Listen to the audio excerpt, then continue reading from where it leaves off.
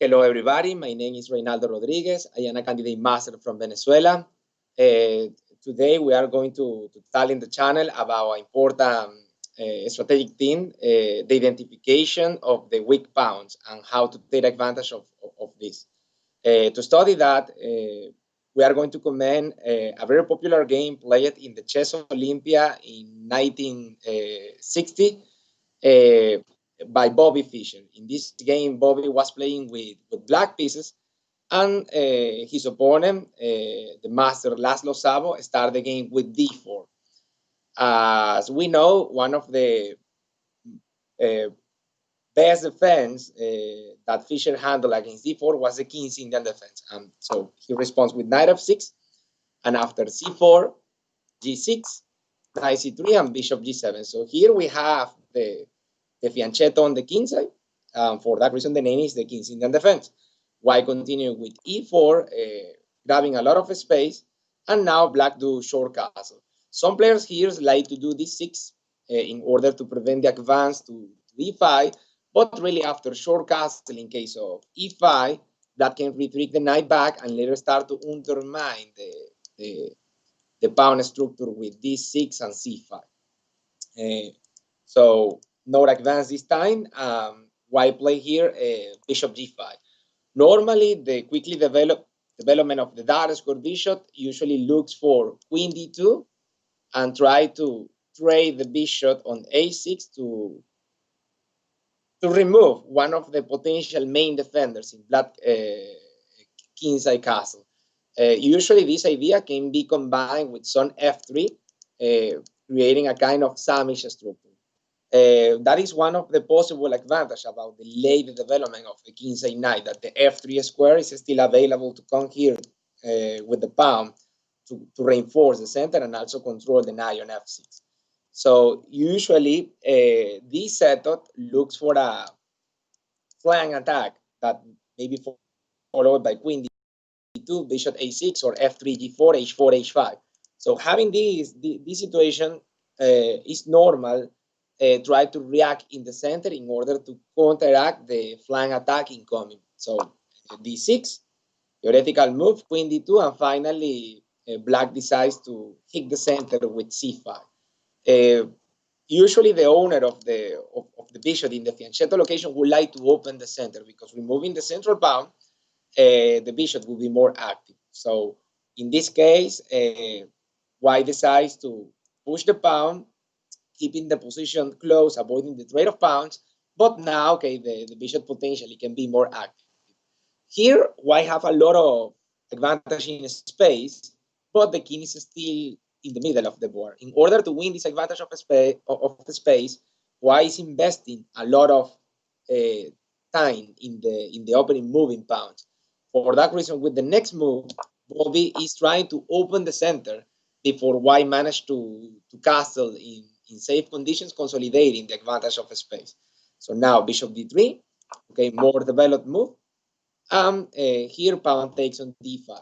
This is a move that in a first glance looks a bit okay because seems to be that now white can recapture, as happens in the game with the knight, that is the thought engine suggestion.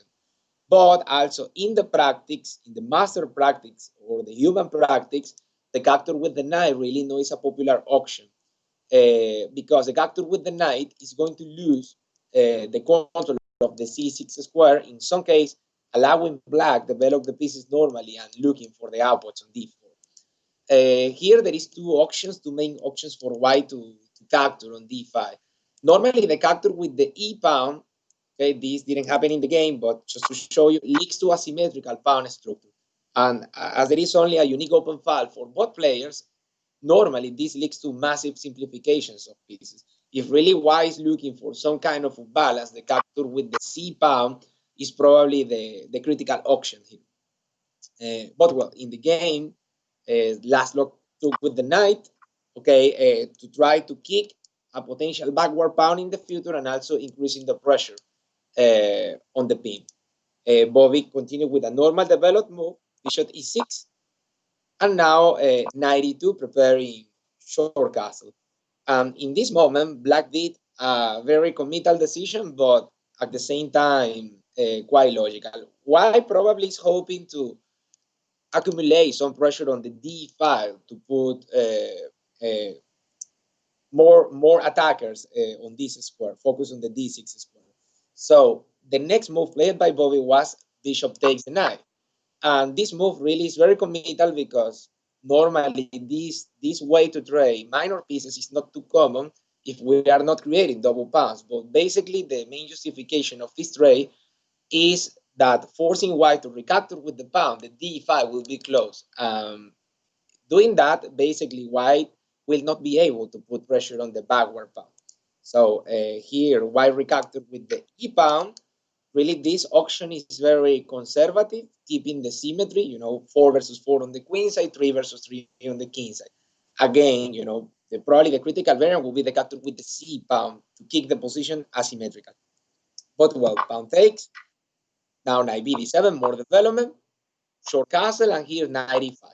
So black jump with the knight, chasing the bishop, and putting some pressure on c4. So right now, white did a very committal move. White pushed the pawn to f4. When it's about advance the pawns, we have to be very careful because there is a quote that says that the pawn cannot do backward move.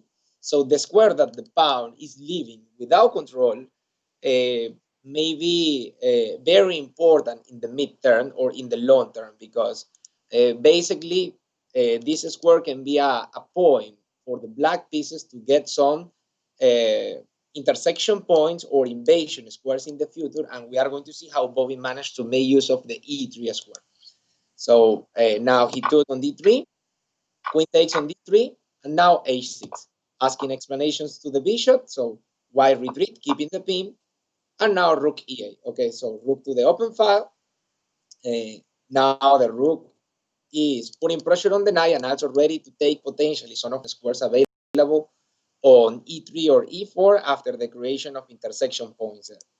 Now rook a e1 to fight for the control of the open file, but now these 2 pawns are hanging.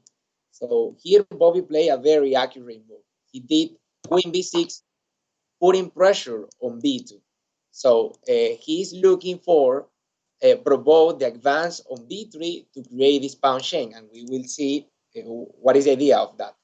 Also, apart from the pressure on b2, black is avoiding this pin, and without the pin, this knight is ready to jump to e4, and probably black can try to create a strong output in that square with f5 and opening the diagonal for the that square bishop. So as black was ready to jump with the knight to e4, white raised the bishop, bishop takes, and now, an expected move here will be f5, b3, sorry, but instead of b3, white continue with f5, looking for some counterplay in the other flank, because as the center is closed, the game basically is focusing the flanks.